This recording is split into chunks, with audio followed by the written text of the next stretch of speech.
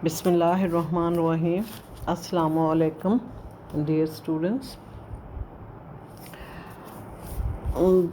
Our present discussion is about United Nations peacekeeping operations.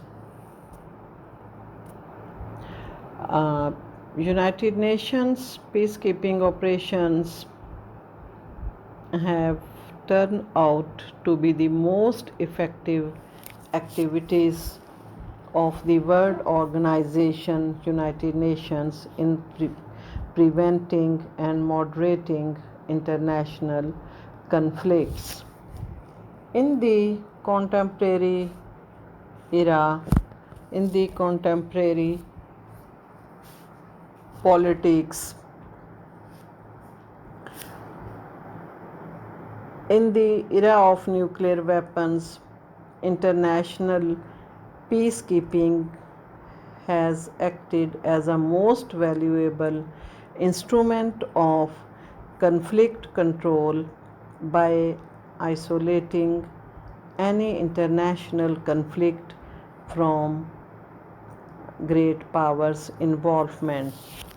As the United Nations lacks necessary political and military capabilities to undertake peace enforcement, the concept of peacekeeping conforms better than collective security to the requirements of post-war international power politics.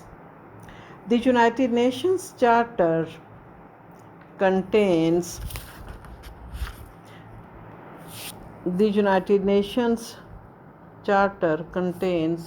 no reference or official definition of the peacekeeping concept, but it has acquired a common usage in describing United Nations military activities during the past many decades. The concept of peacekeeping is open to a variety of different definitions.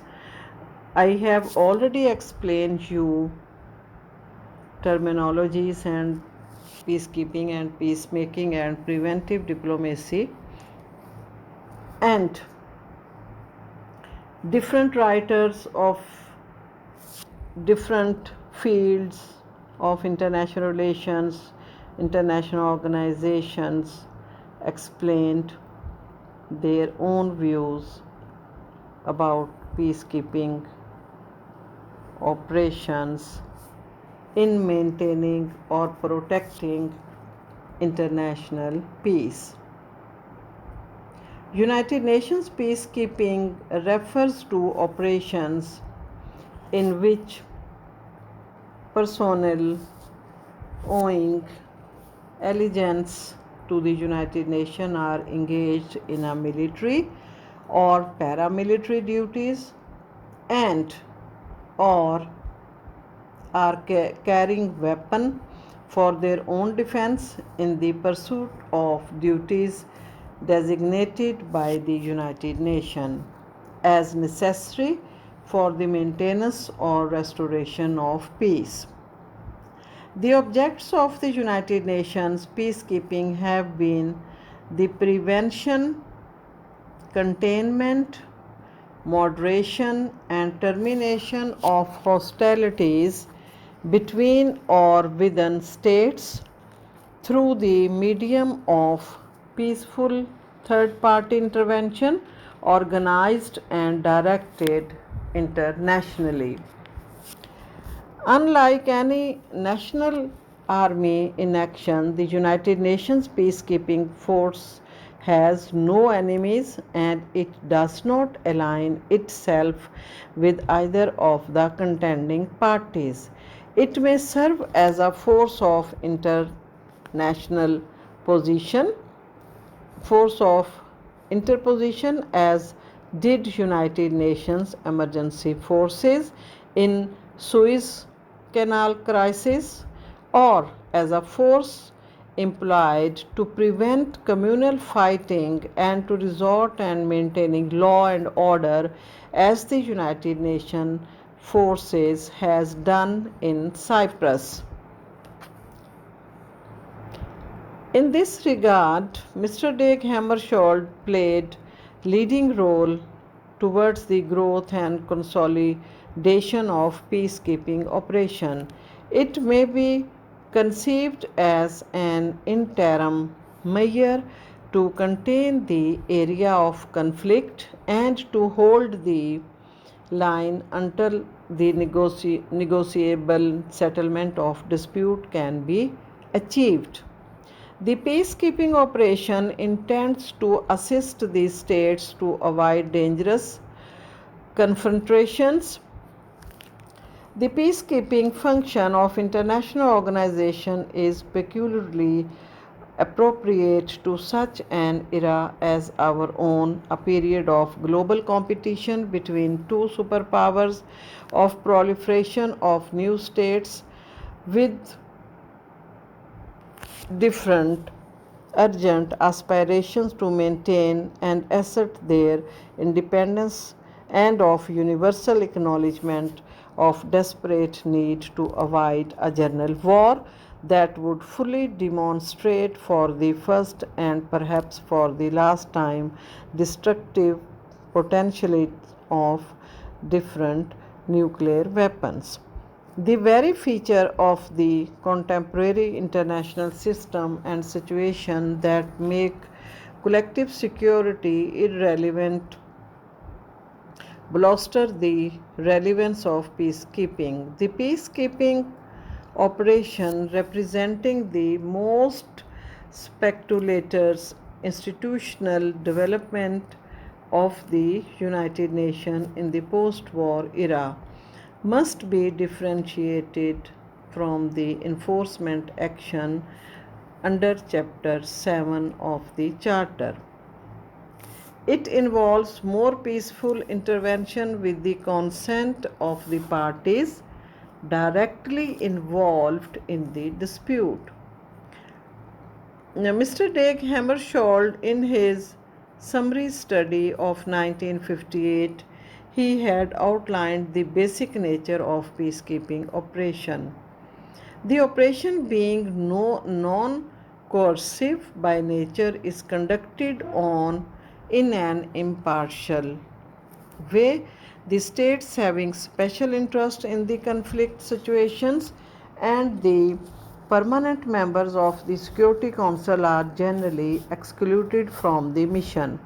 The United Nations has employed peace observation missions in Greece 1947, Palestine 1948, Indonesia 1948, Kashmir 1948, and Lebanon 1958. The force level peacekeeping operations have been deployed in the Middle East in 1956 and 1973, in Congo 1960, and in Cyprus 1964. The use of military observer mission was not evolved in accordance with any pre-planned design. Initially, government representative of member states had served in the observer missions on United Nations Commission, and all expenses charged for the missions were shared by respective governments. Subsequently, it was resolved that observers should act as impartial representatives of the United Nations, and they played their very important role, and travel and substance allowances of the mission would be charged on the United Nations budget. Such activities considered very important regarding the maintaining, keeping, and making peace. The United Nations observer groups in Indonesia and Kashmir had set the pattern for subsequent observer missions. In each of the two cases, the Secretary General decided, in consultation with the parties to the dispute, which state would be requested to provide military observers. The Secretary General had also appointed the head of the observer mission, who should act as international civil servant directly responsible to him. The United Nations observers were entitled to certain privileges and immunities. As the Secretariat took on more support responsibilities, improved its performance, and substituted itself for national sources, it progressively became the centralized coordinator and manager of field missions. This gradual evolution left a lasting imprint on peacekeeping. The United Nations military action in Korea in early 1950s cannot be listed within the United Nations peacekeeping operation. The United Nations launched its first peacekeeping operation in the Middle East following the Anglo-French-Israeli invasion of Egypt in 1956.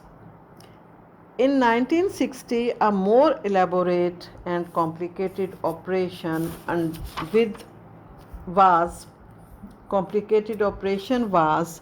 undertaken in Congo. The United Nations Truce Supervision Organization in Palestine and the United Nations Military Observer Group in India and Pakistan had been established in 1948, and they are played their very important role. The United Nations Observer Group in Lebanon was deployed as an arms control, fact-finding and reporting mission. The United Nations Temporary Executive Authority was also employed in West Iran to conduct the administration of the territory, and the authority carried on responsibility successfully for 8 months. During the late 1950s and 1960s, the United Nations had conducted its main peacekeeping operation in areas which were formerly under the colonial rule. The United Nations peacekeeping missions have undertaken multidimensional activities, including supervision of election in Korea 1949 and West New Guinea in 1969, supervision of arms control and relief services. The United Nations peacekeeping operations in the Middle East and Congo were subject to wide controversy. Both United Nations emergency forces and United Nations Commission were financed through voluntary contributions and assessments by the General Assembly. Subsequently, a number of members refused to pay these assessments, involving the United Nations into precarious financial crisis. The Assembly had sought to advisory opinion of the International Court of Justice on the question whether the expenditures it has authorized for United Nations emergency forces constituted expenses of the organization within the meaning of the Article 17. The court recognized the authority of the General Assembly for conducting peacekeeping operations on the basis of the provisions of Article of the Charter of the United Nations, Article 1, 5, 6, 11, 14, 17, 18 and 22 of the Charter. After the publication of International Court of Justice affirmative opinion, many members paid their arrears and France and Soviet Union had sharply opposed the delegation of wide executive authority to the Secretary General for conducting any peacekeeping operation authorized by the United Nations. They had protested against the Secretary General's role and initiative behind the creation of different United Nations missions and United Nations operations, peacekeeping operations. After a bitter experience of Congo operation, the United Nations had moved more cautiously in assuming new responsibilities. The Secretary General insisted that responsible assurance in advance should be maintained to cover the additional expenditures of United Nations peacekeeping operations. The parties involved in the West Iran and Yemen crisis agreed to share the cost of United Nations peacekeeping missions. In the case of Cyprus, the Secretary General was assured that the cost would be borne by members through voluntary contributions. So, during the Arab Israeli War of October 1973, all major powers except China conceded that the cost of new United Nations Emergency Force, estimated at $30 million for the first 6 months, was to be regarded as expenses to be borne by the members as appropriated by the General Assembly. So, overall, controversy associated with the international peacekeeping expenditures among superpowers and among other members of the United States remain also a bitter reality in this regard. While discussing about the United Nations peacekeeping forces, the great majority of the member states supported General Assembly's right to initiate and direct such operations in the event of a deadlock in the Security Council. It is worth recalling that about 2/5 of the United Nations member states have extended official help. Many of them have contributed many aspects. For example, manpower, furnished equipments, extended airlift and sea lift services, and offer base facilities to promote international peacekeeping sponsored by the United Nations. Some of those missions have been financed out of regular United Nations budget through the consent of the majority of member states. United Nations General Assembly had authorized its president to set up a special committee on peacekeeping operation to undertake a comprehensive review of all problems relating to the peacekeeping operation. This point is very important, and this was a very important development in this regard.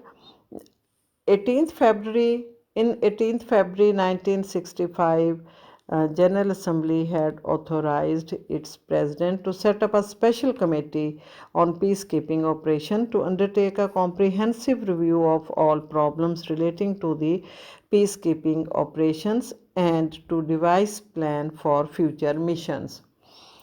Basic purpose of this special committee was to maintain and to promote peacekeeping efficient more effective activities under the United Nations. The Special Committee and the General Assembly have continued their efforts to formulate guidelines and principles for future peacekeeping operations. Most of the problems associated with international peacekeeping are highly political by nature and must be dealt with on an ad hoc manner in the light of the specific circumstances of the situation. The mandates establishing peacekeeping operation must especially clarify the objectives of the missions and obligations of the member states, the privileges, immunities, and rights of the missions have to be codified precisely. In respect of termination of mission, the United Nations must obtain a firm agreement for advance notification and consultation in the event of a party to the dispute wanted the mission to be withdrawn. The initial decisions regarding the size and type of mission have direct influence on such crucial problems as securing host state, consent, contingent contributions, airlift, logistics support, and financial backing. The size and structure of peace observation mission and peacekeeping forces should be constantly reviewed in relation to progress in peacemaking.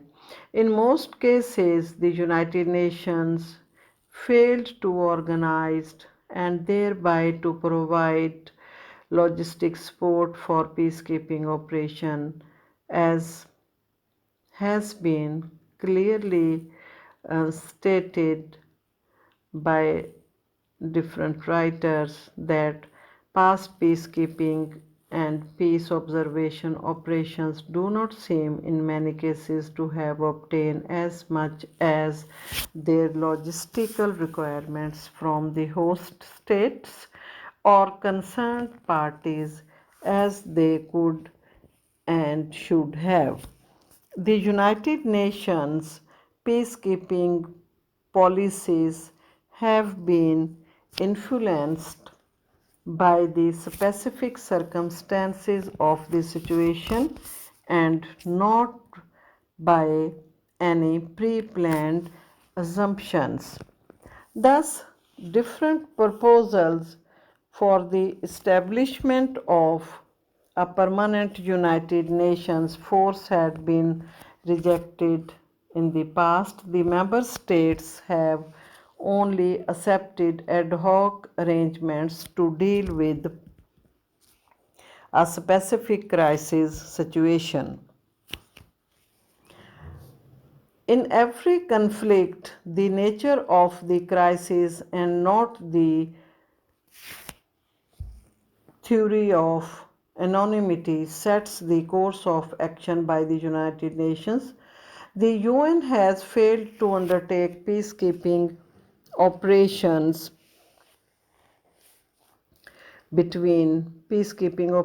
in disputes involving direct confrontations between superpowers and crises emerging directly within the American or Soviet Union's influence.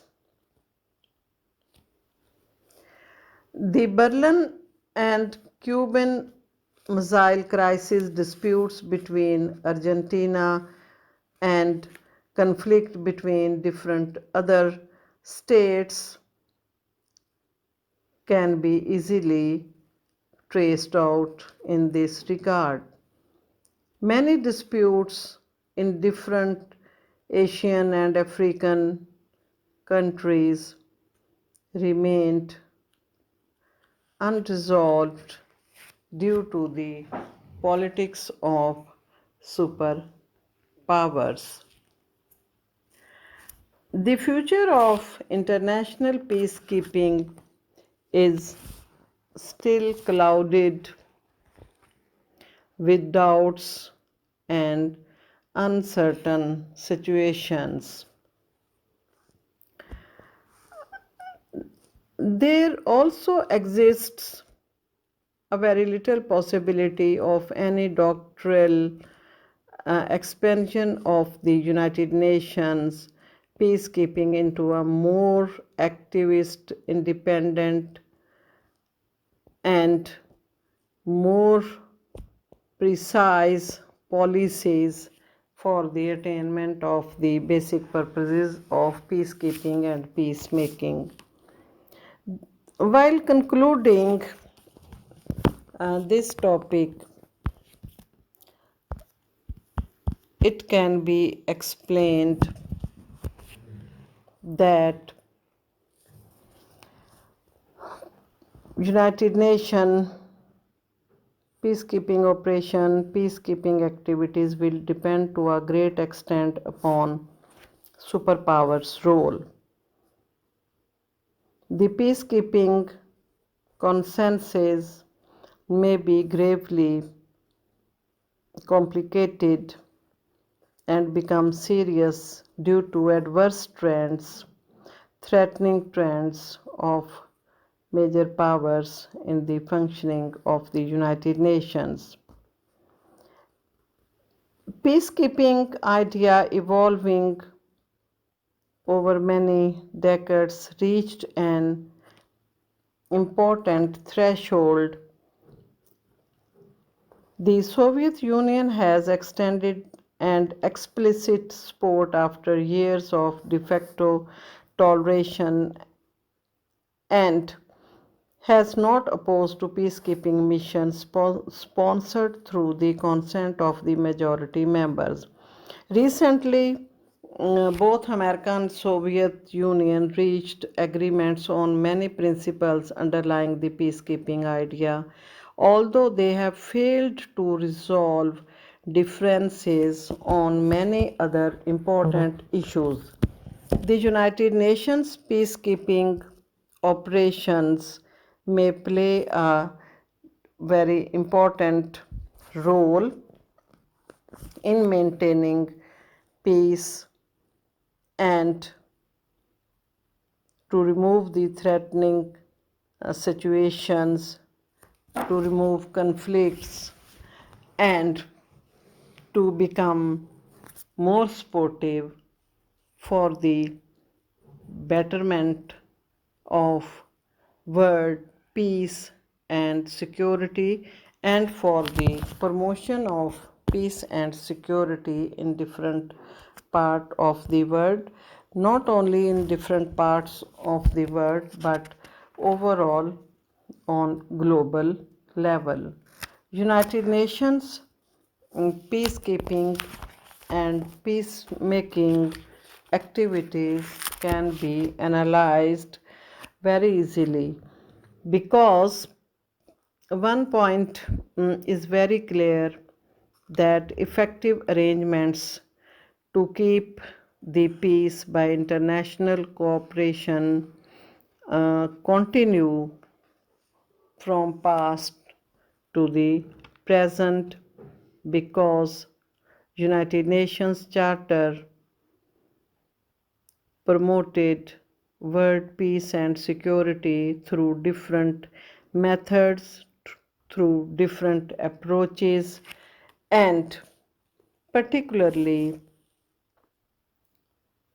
post Cold War era and post Second World War era indicated a complex situation in world politics. The complexity of the process of keeping the peace has been made even greater by different new methods, different new media of propaganda, and different new trends in diplomacy and new means of communication and through social media, through net, and through uh, vast new trends in communications. So, overall, peace always remained a basic purpose, not only in state level but also in global level.